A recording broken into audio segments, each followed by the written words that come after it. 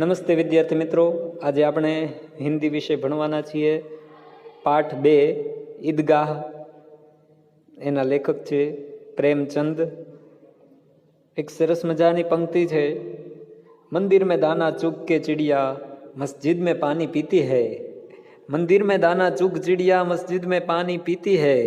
मैंने सुना है कि राधा की चुनरी कोई सलमा बेगम सीती है. राधा की चुनरी कोई सलमा बेगम सीती है. एक रफ़ी था, मोहम्मद रफ़ी. एक रफ़ी था जो महफिल महफिल रघुपति राघव गाता था. एक प्रेमचंद था जो बच्चों को ईदगाह सुनाता था. तो आओ આજે આપણે પ્રેમચંદના ઈદગાહ પાઠને જોઈએ. સરસ મજાનો પાઠ છે, ध्यानથી જોજો. ईदगाह. रमजान के पूरे 30 रोजों के बाद ईद आई. कितना मनोहर, कितना सुहावना प्रभात है आज का. सूर्य देखो कितना प्यारा, कितना शीतल है, मानो संसार को ईद की बधाई दे रहा हो. गांव में कितनी हलचल है. ईदगाह जाने की तैयारियां हो रही हैं. किसी के कुर्ते में बटन नहीं, कोई पड़ोस के घर सुई धागा लेने दौड़ा जा रहा है. किसी के जूते कड़े हो गए हैं, उनमें तेल डालने के लिए तेली के घर भागा जा रहा था. जल्दी जल्दी बैलों को सानी पानी दे दें. ईदगाह से लौटते लौटते दोपहर हो जाएगी. 3 कोस का पैदल रास्ता, फिर सैकड़ों आदमियों से मिलना है. दोपहर से पहले लौटना असंभव है. लड़के सबसे ज्यादा प्रसन्न हैं. किसी ने एक रोजा रखा है, वो भी दोपहर तक. किसी ने वो भी नहीं, लेकिन ईदगाह जाने की खुशी उनके हिस्से की चीज है. रोजे बड़े बूढ़ों के लिए होंगे, उनके लिए तो ईद है. रोज ईद का नाम रटते थे, आज वह आ गई. अब जल्दी पड़ी है कि लोग ईदगाह क्यों नहीं चलते. इन्हें गृहस्थी की समस्याओं से क्या प्रयोजन. उनकी जेबों में तो कुबेर का धन भरा हुआ है. बार बार जेब से अपना खजाना निकाल कर गिनते हैं और खुश होकर फिर रख लेते हैं.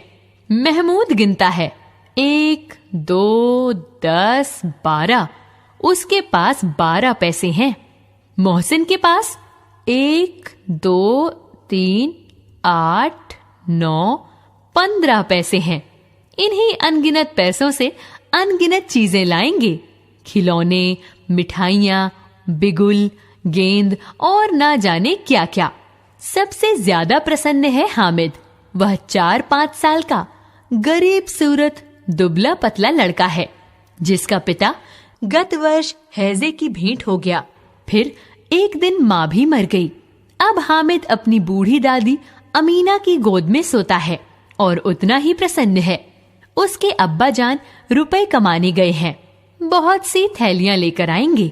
अम्मी जान अल्लाह मियाँ के घर उसके लिए बड़ी अच्छी अच्छी चीजें लाने गई हैं.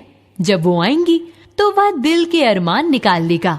तब देखेगा कि महमूद, मोहसिन, नूरे और सम्मी कहाँ से उतने पैसे निकालेंगे.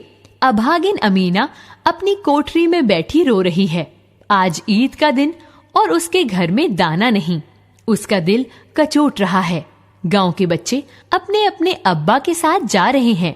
हामिद का अब्बा अमीना के सिवाय और कौन है. उसे कैसे अकेले मेले में जाने दे. उस भीड़ भाड़ में बच्चा कहीं खो जाए तो क्या हो. नहीं, अमीना उसे नहीं जाने देगी. नन्ही सी जान, 3 कोस चलेगा कैसे. पैर में छाले पड़ जाएंगे. जूते भी तो नहीं हैं. कुल 2 आने पैसे हैं, जिसमें से अमीना ने 3 पैसे हामिद को दे दिए. अल्लाह ही बेड़ा पार लगावे. गांव से मेला चला और बच्चों के साथ हामिद भी जा रहा था. कभी सब के सब दौड़कर आगे निकल जाते, फिर किसी पेड़ के नीचे खड़े होकर साथ वालों का इंतजार करते. हामिद के पैरों में तो जैसे पर लग गए हैं. वह कभी थक सकता है. शहर का दामन आ गया. बड़ी बड़ी इमारतें आने लगी. ये अदालत है, ये कॉलेज है, ये क्लब घर है. सहसा ईदगाह नजर आया. ऊपर इमली के घने वृक्षों की छाया है, नीचे पक्का फर्श है. जिस पर जाजिम बिछा हुआ है। रोजेदारों की पंक्तियां एक के पीछे एक न जाने कहां तक चली गई हैं। यहाँ कोई धन और पद नहीं देखता। इस्लाम की नजर में सब बराबर है। इन ग्रामीणों ने भी प्रवेश किया और पिछली पंक्ति में खड़े हो गए। कितना सुंदर संचालन है, कितनी सुंदर व्यवस्था। लाखों सिर एक साथ सिजदे में झुक जाते हैं, फिर सबके सब एक साथ खड़े हो जाते हैं। मानव भ्रातृत्व का एक सूत्र इन समस्त आत्माओं को एक लड़ी में पिरोए हुए है। नमाज खत्म हो गई, लोग एक दूसरे के गले मिल रहे हैं। तभी मिठाई और खिलौने की दुकानों पर धावा होता है। ग्रामीणों का ये दल किसी भी विषय में कम उत्साही नहीं है। ये देखो, हिंडोला है, ये चरखी है, लकड़ी के हाथी, घोड़े, ऊंट छड़ों से लटके हुए। 1 पैसा देकर बैठ जाओ और 25 चक्कर का मजा लो। महमूद और मोहसिन, नूरे और सिम्मी इन घोड़ों और ऊंटों पर बैठते हैं। हामिद दूर खड़ा है। 3 ही पैसे तो हैं उसके पास। अपने कोष का तिहाई जरा सा चक्कर खाने के लिए नहीं दे सकता। सब चरखियों से उतरकर खिलौने की दुकानों की ओर बढ़ते हैं। वाह, कितने सुंदर खिलौने हैं। अब बोलना ही चाहते हैं। सिपाही और गुजरिया, राजा और वकील, भिश्ती और धोबिन। महमूद सिपाही लेता है। मोहसिन को भिश्ती पसंद आया। नूरे को वकील से प्रेम है। सब 2-2 पैसे के खिलौने हैं। हामिद के पास कुल 3 पैसे हैं। इतने महंगे खिलौने वह कैसे ले? खिलौना कहीं हाथ से छूट पड़े तो चूर चूर हो जाए, जरा पानी पड़े तो सारा रंग धुल जाए। ऐसे खिलौने लेकर वह क्या करेगा? खिलौने के बाद मिठाइयां आती हैं। किसी ने रेवड़ियां ली हैं तो किसी ने गुलाब जामुन, किसी ने सोहन हलवा। सभी बड़े मजे से खा रहे हैं। हामिद उनकी बिरादरी से अलग है। अभागी के पास 3 पैसे हैं। ललचाई आंखों से सबकी ओर देखता है। मिठाइयों के बाद कुछ दुकानें लोहे की चीजों की हैं, कुछ गिलट और कुछ नकली गहनों की। लड़कों के लिए यहाँ कोई आकर्षण नहीं है। वे सब आगे बढ़ जाते हैं। हामिद लोहे की दुकान पर रुक जाता है। कई चिमटे रखे हुए हैं। उसे ख्याल आया, दादी के पास चिमटा नहीं है। तवे से रोटियां उतारती है तो हाथ जल जाता है। अगर वह चिमटा ले जाकर दादी को दे तो वह कितनी प्रसन्न होगी। फिर उनकी उंगलियां कभी न जलेंगी। घर में एक काम की चीज हो जाएगी। खिलौने से क्या फायदा? व्यर्थ में पैसे खराब होते हैं। हामिद के साथी आगे बढ़ गए हैं। सबील पर सबके सब शरबत पी रहे हैं। देखो, सब कितने लालची हैं। इतनी मिठाइयां ली, लेकिन मुझे किसी ने एक भी न दी। खाएं मिठाइयां, आप मुंह सड़ेगा, फोड़े फुंसियां निकलेंगी, आप ही जबान चटोरी हो जाएगी। अम्मा चिमटा देखकर दौड़कर मेरे हाथ से ले लेंगी और कहेंगी, मेरा बच्चा अम्मा के लिए चिमटा लाया है, कितना अच्छा लड़का है। हजारों दुआएं देंगी। इन लोगों के खिलौनों पर कौन इन्हें दुआएं देगा? सब के सब खूब हंसेंगे कि हामिद ने चिमटा लिया है। हंसे मेरी बला से। उसने दुकानदार से पूछा, चिमटा कितने का है? 6 पैसे लगेंगे। हामिद का दिल बैठ गया। फिर बोला, ठीक ठीक बताओ। ठीक ठीक 5 पैसे लगेंगे। लेना है तो ले लो, नहीं तो चलते बनो। हामिद ने कलीजा मजबूत करके कहा, 3 पैसे लोगे? और आगे बढ़ गया कि दुकानदार कहीं उसे घुड़कियां न दे। लेकिन दुकानदार ने उसे बुलाकर चिमटा दे दिया। हामिद ने उसे कंधे पर इस तरह रखा मानो बंदूक है। फिर शान से अकड़ता हुआ अपने संगियों के पास आया। मोहसिन ने हंसकर कहा, यह चिमटा क्यों लाया है पगले? इससे क्या करेगा? हामिद ने चिमटे को जमीन पर पटक कर कहा, जरा अपनी भिश्ती जमीन पर गिरा दो, सारी पसलियां चूर चूर हो जाएंगी बच्चा की।